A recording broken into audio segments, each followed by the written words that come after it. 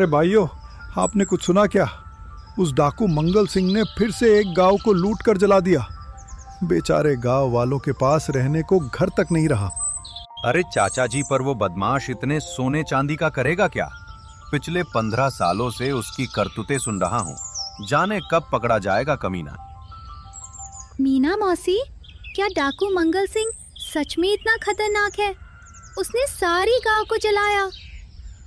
हाँ छुटकी, बहुत खतरनाक है वो डाकू मंगल सिंह।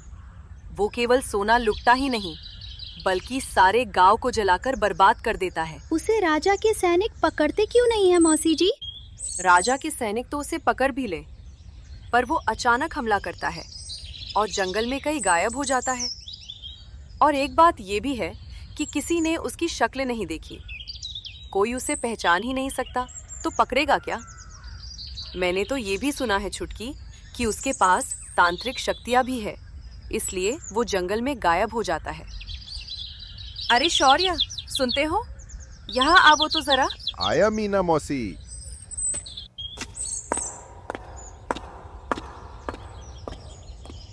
क्या हुआ मीना मौसी?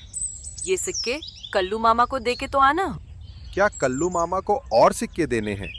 मीना मौसी, हमने तो केवल 50 सिक्के ही लिए थे और हर महीने 25 सिक्के हम साल भर से कल्लू मामा को दे रहे हैं। और कितने दिन सिक्के देने हैं हमें?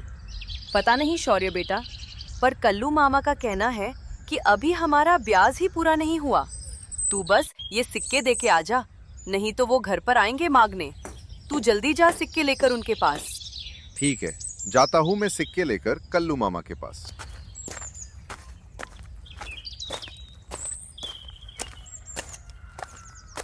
और शौर्य कल्लू मामा के घर सिक्के देने पहुंच जाता है।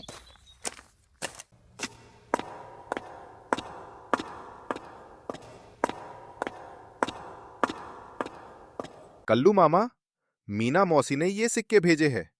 पूरे 25 सिक्के हैं इसमें। ठीक है, दो इधर वो मोहरे, और मीना मौसी से कहना अगली बार 40 मोहरे भेजे। अब 25 मोहरे देने से काम नहीं चलेगा। मगर कल्लू मामा, हमने तो सिर्फ 50 मोहरे ही कर्ज लिया था और साल भर से हर महीने आप हमसे 25 मोहरे ले रहे हो। ये कैसा हिसाब है? आपको और 40 मोहरे महीने की चाहिए। शौर्य की बात सुनकर कल्लू मामा को बड़ा गुस्सा आता है। चुप कर, बड़ा आया हिसाब मांगने वाला। कर्जा लेते वक्त तेरी मीना मौसी ने बड़े हाथ पैर जोड़े थे। पूरे गांव में मैंने तुमको बिना किसी चीज को गिरवी रखे कर्जा दिया था। चक्रवाड़ ब्याज समझता भी है तू? ब्याज पे ब्याज लगता है। तुम्हारे पूरे 50 मोहरे के अब 50,000 मोहरे हो चुकी है। जा लेकर आ 50,000 मोहरे और अपना कर्जा उतार। शौर्य ये बात सुनकर बड़ा उदास होता है। उस 25 मोहरों को कल्लू मामा को देकर वहां से चला जाता है। शौर्य जब घर जा रहा होता है, तब वो गांव वालों को बातें करते हुए सुनता है। अरे हरिया, जानते भी हो, ये सागवान की लकड़ी तो जैसे सोने के दाम बिक रही है बाजार में। एक सागवान की बल्ली लेने जाओ तो 10 चांदी के सिक्के देने पड़ रहे हैं। क्या? इतनी महंगी लकड़ी? ये कैसे हुआ? एक चांदी के सिक्के की तो कई बल्ली आती थी, और हमारे पास के जंगल में तो सागवान के कई पेड़ हैं ना। अगर इतनी ही महंगी हो गई है सागवान, तो हम कल ही जंगल जाकर लकड़ी लेकर आते हैं। अरे तुम्हें कुछ पता भी है या नहीं, डाकू मंगल सिंह ने क्या कहर मचा रखा है। आसपास के कम से कम 10 गांव जल चुके हैं और महाराज ने सबके घर बनाने के लिए शाही खजाने से मदद का ऐलान भी किया था। और बहुत से गांव के तो घर भी बन गए हैं, और उसके लिए सागवान की लकड़ी हमारे गांव के जंगल से ही तो ले गए। अब सागवान जंगल में बचा ही कहाँ है। तभी मैं सोचूं, इतना भाव कैसे बढ़ गया। पर हरीराम, घने जंगल में वो काली पहाड़ी के पास तो जरूर सागवान होंगे ना। अरे पगला गए हो क्या हरिया? तुम जानते नहीं क्या, जो भी उस काली पहाड़ी के पास गया है वो जिंदा कभी वापस नहीं आया। कहा जाता है कि वहाँ भूत पिशाच रहते हैं। तुम्हें मरना है तो तुम जाओ, मैं नहीं आने वाला। उनकी बातें सुनकर शौर्य कुछ सोचते हुए वहां से चला जाता है। कल्लू मामा का उधार लौटाने का ये अच्छा मौका है। पर मीना मौसी तो मुझे काली पहाड़ी के पास कभी जाने नहीं देगी। कुछ जुगाड़ सोचना पड़ेगा। शौर्य घर पहुंच जाता है और मीना मौसी से कहता है, मीना मौसी, क्या मैं कल जंगल जाकर कुछ लकड़ियां लाऊं क्या? सुना है बाजार में अच्छी कीमत मिल रही है। हाँ, सुना तो मैंने भी है कि लकड़ियों की कीमत बढ़ गई है। तू जा जंगल में कल, पर सागवान की लकड़ी के चक्कर में मत पड़ना। जंगल में नहीं है सागवान अब। और सुन, गांव के पास के पेड़ की ही लकड़ी तोड़ना और शाम होने से पहले घर आ जाना। ठीक है मीना मौसी, मैं दूर नहीं जाऊंगा। दूसरे दिन शौर्य जंगल में लकड़ियां काटने चला जाता है।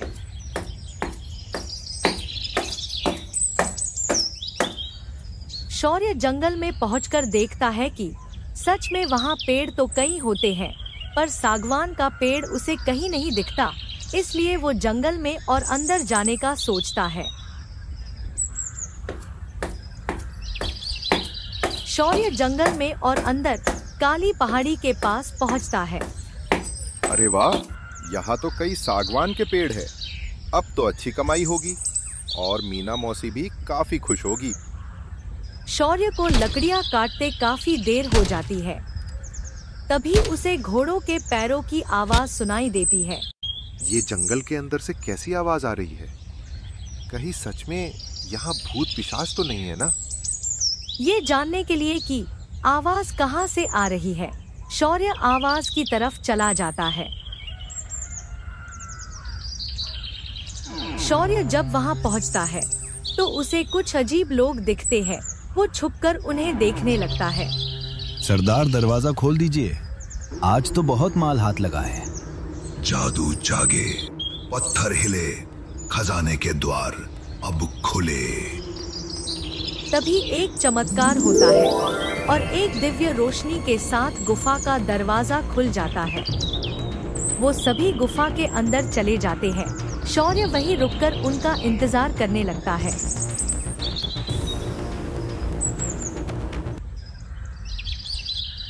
थोड़ी देर बाद वो लोग गुफा के बाहर आते हैं और घोड़े पर बैठकर चले जाते हैं।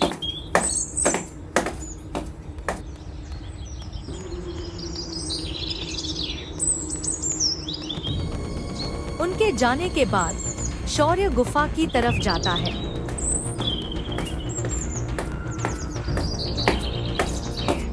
और वही मंत्र बोलता है। जादू जागे, पत्थर हिले, खजाने के द्वार अब खुले। और ये क्या, खजाने का दरवाजा फिर से एक दिव्य रोशनी के साथ खुल जाता है और शौर्य गुफा के अंदर चला जाता है। गुफा में काफी अंधेरा होता है। शौर्य जब अंदर पहुंचता है तो देखता है कि चारों तरफ खजाना बिखरा हुआ है और एक जादुई कुएं के अंदर सिक्के अपने आप गिर रहे हैं। शौर्य ये देखकर हैरान रह जाता है। तभी उस जादुई कुएं से एक बोलने वाला मास्क निकलता है। ले जाओ, जितना चाहे धन यहाँ से ले जाओ। क्या मैं सच में यहाँ से धन ले जा सकता हूँ? क्यों नहीं, ये धन डाकू मंगल सिंह का है, जिसने मुझे यहाँ कैद किया है और मैं तो तुम्हें देख भी नहीं सकता। तो चाहे जितना धन यहाँ से ले जाओ। मीना मौसी, कल्लू मामा क्यों आए थे? छुटकी कल्लू मामा हमारी गाय ले गए हैं। कहते हैं कि शौर्य ने उनसे कर्ज का हिसाब पूछा था और उन्हें अगले महीने से 40 मोहरे चाहिए और कहा है कि कर्जा पूरा होने के बाद ही हम अपनी गाय ले जा सकते हैं। तभी शौर्य वहाँ आता है। मीना मौसी। शौर्य, कहाँ थे तुम? तुम्हें कहा था ना जंगल से जल्दी वापस आ जाना। इतनी देर क्यों लग गई? और तुमने कल्लू मामा से हिसाब पूछा था क्या? जानते हो, वे हमारी गाय ले गए। अरे मीना मौसी, ये देखो मैं क्या लाया हूँ। अब हमारा सारा कर्जा खत्म हो जाएगा। क्या है ये? तभी शौर्य बोरी को खाली करके धन दिखा देता है और इतना धन देखकर मीना मौसी हैरान हो जाती है। अरे शौर्य, ये कहाँ से लाया इतना सारा धन? ये क्या चक्कर है शौर्य? तभी शौर्य जो भी जंगल में हुआ वो सब मीना मौसी को बताता है। ठीक है शौर्य, पर तुझे किसी ने देखा तो नहीं ना? बहुत खतरनाक है वो डाकू मंगल सिंह। नहीं मीना मौसी, मुझे किसी ने नहीं देखा। ये मोहरे हमें गिननी भी पड़ेगी। इतनी गिनती तो हम में से किसी को तो आती नहीं। तो हम कल्लू मामा के पास से धान गिनने की केतली लेते हैं। और सुन, तू दोबारा कभी वहां नहीं जाएगा। जी मीना मौसी। तू थक गया होगा, जा हाथ मुंह धो ले। मैं छुटकी को कल्लू मामा के पास भेजती हूँ। और छुटकी, तू जा कल्लू मामा के पास और जाते जाते उनका कर्ज का पैसा भी ले जाना। और सुन, छुटकी कल्लू मामा को जरा भी शक नहीं होना चाहिए। उन्होंने कुछ पूछा तो कहना कि धान गिनना है, इसलिए केतली चाहिए। जी मीना मौसी। छुटकी पैसे लेकर कल्लू मामा के पास केतली मांगने चली जाती है। कल्लू मामा, मुझे आपकी धान गिनने की केतली चाहिए और मीना मौसी ने आपके कर्ज के पूरे पैसे भी भेजे हैं। लाओ दो इधर वो पैसे। और छुटकी कल्लू मामा को पैसे दे देती है। कल्लू मामा, अब मुझे केतली दे दीजिए, मैं सुबह आपको लौटा दूंगी। ठीक है, लाता हूँ केतली, पर सुबह लौटा देना। और कल्लू मामा केतली लाने अंदर चला जाता है। कल्लू मामा बड़ा ही धूर्त होता है। वो केतली लेने जब किचन में पहुंचता है तो सोचता है कि कुछ तो गड़बड़ है। कल तक तो इनके खाने के वांदे थे और आज अचानक पूरा कर्जा चुकाया और इनको धान गिनने की केतली भी चाहिए। ऐसा करता हूँ, इस केतली के अंदर गोंद लगा देता हूँ। पता तो चले ये कौन सा धान है जो रात में गिन रहे हैं ये लोग। कल्लू मामा केतली में गोंद लगाकर छुटकी के पास केतली देने चला जाता है। कल्लू मामा वो गोंद लगी केतली छुटकी को दे देता है। मैं आपकी केतली सुबह लौटा दूंगी। ठीक है, कोई बात नहीं, ले जाओ। और छुटकी केतली लेकर चली जाती है।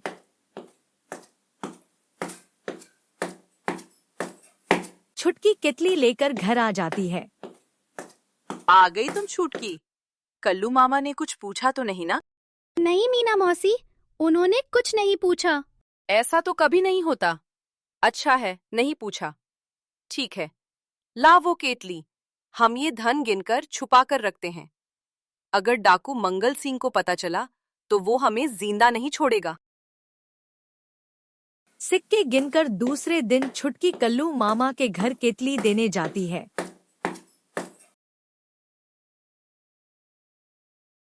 कल्लू मामा, अब मैं चलती हूँ। और छुटकी वहां से चली जाती है। छुटकी के जाने के बाद कल्लू मामा केतली के अंदर से गोंद को चिपके हुए सोने के सिक्के निकालता है। सोने के सिक्के? इस मीना मौसी और शौर्य के बच्चे से तो मेलना पड़ेगा। दूसरे दिन कल्लू मामा गाय और कर्ज के पैसे लेकर मीना मौसी के पास चला जाता है। मीना मौसी, ये लीजिए तुम्हारी गाय, और मुझे कर्ज के पैसे भी नहीं चाहिए। आप तो हमारे अपने हो ना, और अपनों से पैसे लेता है भला कोई? कल्लू मामा, साफ साफ कहो क्या चाहिए। ऐसे बातें घुमाने की जरूरत नहीं।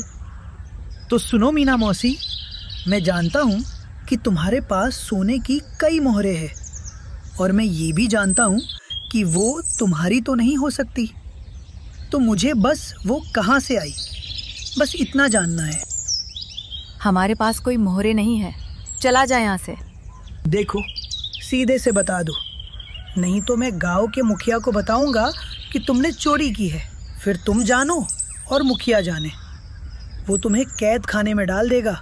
और इस उम्र में कैद होने से अच्छा है मौत आ जाए। अगर तुमने मुझे बताया तो मैं वादा करता हूँ कि मैं उन मोहरों के बारे में किसी को नहीं बताऊंगा। अब सोच लो क्या करना है। उसकी ये बात सुनकर मीना मौसी डर जाती है और कल्लू मामा को सब बता देती है। और सुनो कल्लू, ये बात अगर बाहर आई तो हमारे साथ साथ तुम भी मरोगे, ये याद रखना। तुम चिंता मत करो, मैं भला किसी को क्यों बताऊंगा। इतना कहकर कल्लू मामा वहां से चला जाता है। दूसरे दिन कल्लू मामा 2 गधे लेकर जंगल में चला जाता है। कल्लू मामा उस जादुई गुफा के पास पहुंच जाता है और मंत्र बोलता है। जादू जागे, पत्थर हिले, खजाने के द्वार अब खुले। और फिर से एक दिव्य रोशनी के साथ दरवाजा खुल जाता है और कल्लू मामा अंदर चला जाता है।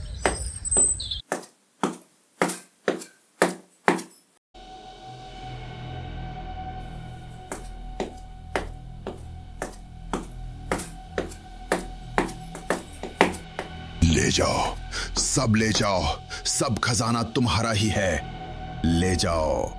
ये बात सुनकर कल्लू बहुत खुश होता है। क्या ये मेरा है?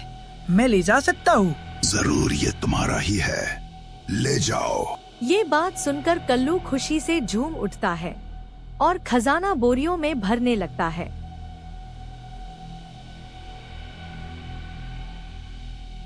कल्लू काफी खुशी में दरवाजे के पास पहुंचता है। अरे दरवाजे खुल जा। दरवाजा नहीं खुलता। क्या था वो मंत्र? धरती हिले, आसमान हिले, दरवाजा खुल जा। फिर भी दरवाजा नहीं खुलता।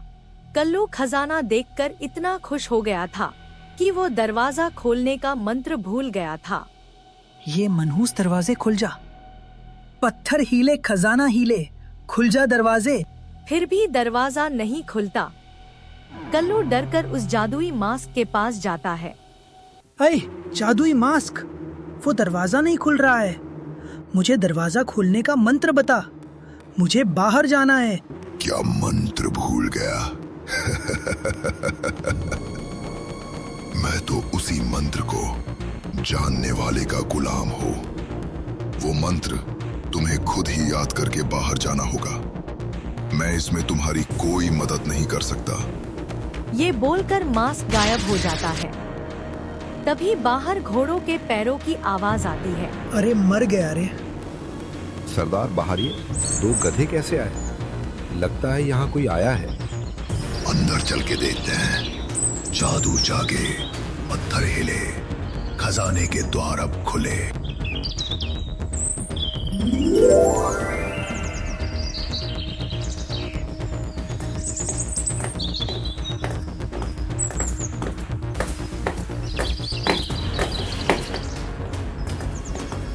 जादुई मास्क बाहर निकल और बता यहाँ कौन आया है और कहाँ है।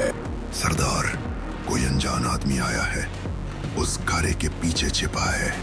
कौन है? बाहर निकल, नहीं तो वही आकर तेरी गर्दन तोड़ दूंगा।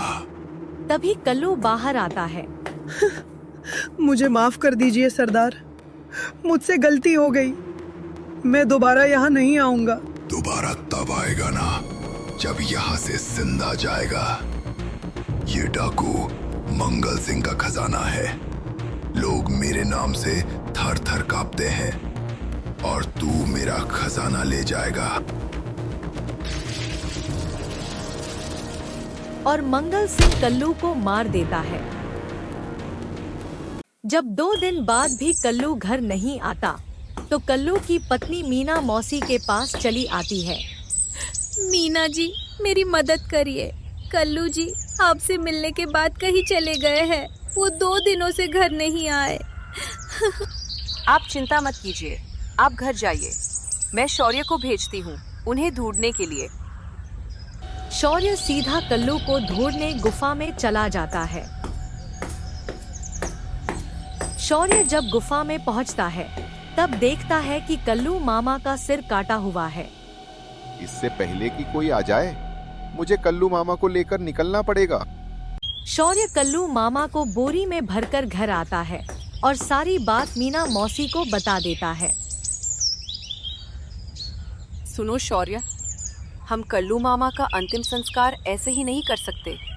लोगों को शक हो जाएगा और डाकू मंगल सिंह को भी जब कल्लू मामा की लाश वहां नहीं मिलेगी तो वो उसे खोजते हमारे घर तक आ सकता है। हमें कुछ तरकीब लगानी पड़ेगी। मीना मौसी, मेरे पास एक तरकीब है। क्यों ना हम चंपक दर्जी से कल्लू मामा की गर्दन सिलवाए। चंपक दर्जी अपने काम में बड़ा ही माहिर है, वो ये कर सकता है और उसे किसी बात की भनक लगे बिना मैं ये काम करा सकता हूँ। ठीक है, तुम ये काम आज ही करो, पर याद रहे हमें किसी भी परिस्थिति के लिए तैयार रहना होगा। शौर्य भेष बदलकर चंपक दर्जी के पास जाता है ताकि वो पहचान ना पाए। एक काम है चंपक जी, पर थोड़ा निजी है। अगर करोगे तो 100 सोने की मोहरें मिलेंगी तुम्हें।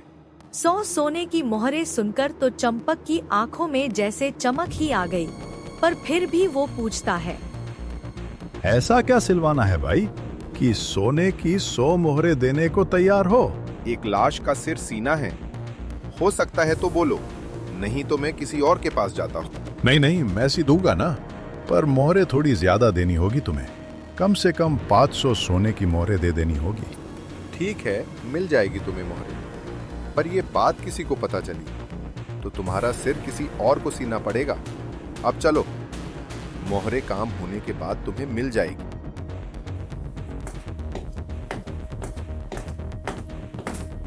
शौर्य चंपक दर्जी को मुंह ढक कर घर लाता है। सभी को काम होने तक शांत रहने को कहा गया होता है। तुम्हारे पैर के पास ही लाश है, उसका सिर बिना मुंह खोले सी दो। चंपक दर्जी लाश का सिर सी देता है। चलो अब यहाँ से। सभी मिलकर कल्लू मामा का अंतिम संस्कार कर देते हैं और गांव वालों को पता भी नहीं चलता कि कल्लू का सिर काटा हुआ था। इधर गुफा में डाकू मंगल सिंह आता है। वो लाश कहाँ गई कमबख्तों? जाओ ढूंढो उसे। उस लाश का यहाँ ना होने का मतलब है कोई और भी इस जगह के बारे में जानता है। हम उसके पूरे खानदान को मिटा देंगे। जाओ पता करो किस गांव में सिरकटी लाश जलाई गई है, नहीं तो तुम्हारा सिर काट देंगे हम। सभी डाकू आसपास के सभी गांवों में खोजते हैं, पर उन्हें कुछ ज्यादा पता नहीं चलता। किसी को कुछ पता चला? नहीं, कमबख्त पकड़ में ही नहीं आ रहा।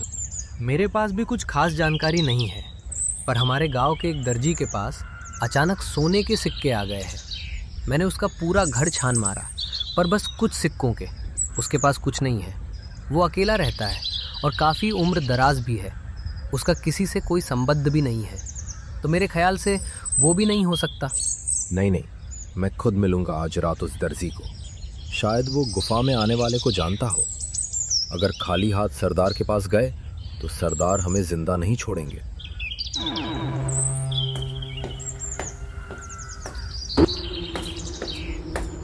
क्यों रे, चंपक दर्जी तुम ही हो क्या? जी हाँ, मैं ही हूँ, वो महान दर्जी चंपक जो सब कुछ सी सकता है। आप बताइए, आपको क्या सीना है? सुन बे ढक्कन, मैं डाकू मंगल सिंह का आदमी हूँ। अब तेरी खैरियत इसी में है कि सीधे सीधे बता दे कि सोने की इतनी मोहरें तेरे पास कैसे आईं? नहीं तो यही तलवार घोंपकर पेट फाड़ दूंगा तेरा। डाकू मंगल सिंह, सुनो डाकू भाई, मैंने कुछ नहीं किया। वो तो एक आदमी मुझे लाश का सिर सिनने के 500 मोहरे दे गया। पता नहीं कहाँ से आया था कमबख्त। चाहे तो आप वो मोहरे ले जाइए, मुझे छोड़ दीजिए। मोहरे नहीं, मुझे उस घर का पता चाहिए। चल बता, कहाँ है वो घर? घर तो मैंने देखा नहीं, मेरा सिर ढका हुआ था, फिर भी मैंने कदम गिने थे। डाकू भाई, आप मेरा सिर ढकिए, मैं आपको उस घर के पास ले जाता हूँ। पूरा गांव घूमकर चंपक उस डाकू को मीना मौसी के घर के पास लाता है। डाकू जी, यही है वो घर। वो डाकू घर के दरवाजे पर एक पीला कपड़ा बांध देता है ताकि घर पहचान में आ सके। कहो कमबख्तों, कुछ पता चला या खाली हाथ आ गए? उस घर का पता चल गया सरदार, पास ही के गांव में है वो घर। तो ठीक है, कल हम भेष बदल कर वहां जाते हैं ताकि किसी को हमारे बारे में पता ना चले और उसके पूरे खानदान को मिटा देते हैं। हम व्यापारी बनकर उनके घर जाएंगे। तुम सब इन घरों में छुप जाओ आधी रात होते ही मैं तुम्हें इशारा करूंगा, तब सभी घरों से बाहर आकर उन सभी को मार देना। जी सरदार। जी सरदार। मंगल सिंह भेष बदल लेता है। डाकू मंगल सिंह मीना मौसी के घर की तरफ निकल जाता है। अरे घर में कोई है क्या? तभी मीना मौसी बाहर आ जाती है। क्या बात है, कौन हो आप और इतनी रात को क्या चाहिए आपको? मैं एक व्यापारी हूँ, बड़ी दूर से आया हूँ। घर जाते जाते रात हो गई। अगर आप आज की रात यहाँ रहने दें तो बड़ी मेहरबानी होगी आपकी, और इसके बदले मैं आपको मोहरे भी दूंगा। कृपा करके मना मत कीजिएगा। ठीक है, आप यहाँ रुक सकते हैं, पर हम मेहमानों से पैसे नहीं लेते। आज की रात आप हमारे मेहमान हैं। आप अपना सामान यहाँ दरवाजे के पास रख दीजिए, मैं आपके लिए खाना लगाती हूँ। इतना कहकर मीना मौसी घर के अंदर चली जाती है। कौन है मीना मौसी बाहर? बड़ी दूर से एक व्यापारी आया है, आज की रात रुकना चाहता है। क्या मीना मौसी आप भी? वो डाकू मंगल सिंह हैं। मैं अभी चंपक दर्जी से मिल के आया हूँ। उसने डाकू को हमारे घर का पता दिया था और मंगल सिंह के साथी उसके पास रखे घड़ों में छुपे हुए हैं। हे भगवान, ये मैंने क्या कर दिया? अब वो हमें जिंदा नहीं छोड़ेंगे। सुनो, ये समय ऐसे घबराने का नहीं है। मेरे पास एक तरकीब है। सुनो, तुम्हें क्या करना है। मैंने घर के पीछे एक जहरीला पदार्थ बनाया है। वो अगर गरम गरम किसी पर डाल दिया जाए तो सामने वाले की हड्डियां तक गल जाती है। तुम बस चुपके से जाकर उन घड़ों के अंदर वो पदार्थ डाल दो। मैं इस मंगल सिंह को संभालता हूँ। वो दोनों पिछले दरवाजे से बाहर चली जाती है। तभी मंगल सिंह अंदर आता है। वो स्त्री कहाँ गई जो हमें बाहर मिली थी? वो किसी काम से बाहर गई है। आप बैठिए ना। देखिए, उन्होंने आपके लिए मेज पर खाना लगाया है। अरे वाह, बहुत खूब। पर हम खाना उनके आने के बाद ही खाएंगे, तब तक हम यहाँ बैठते हैं।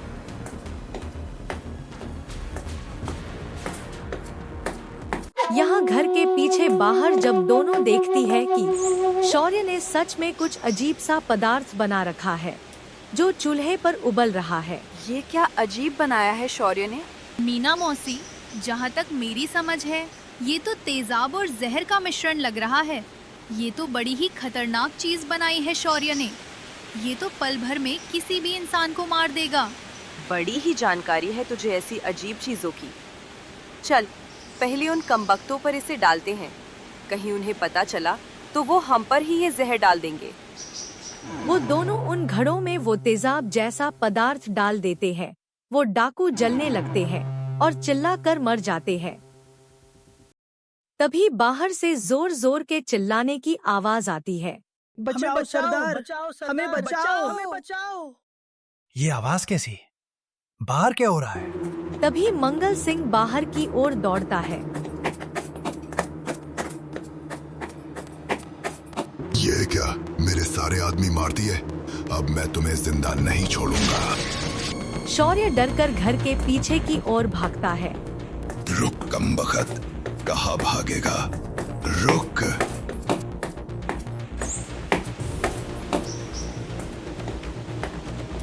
अब कौन बचाएगा तुझे?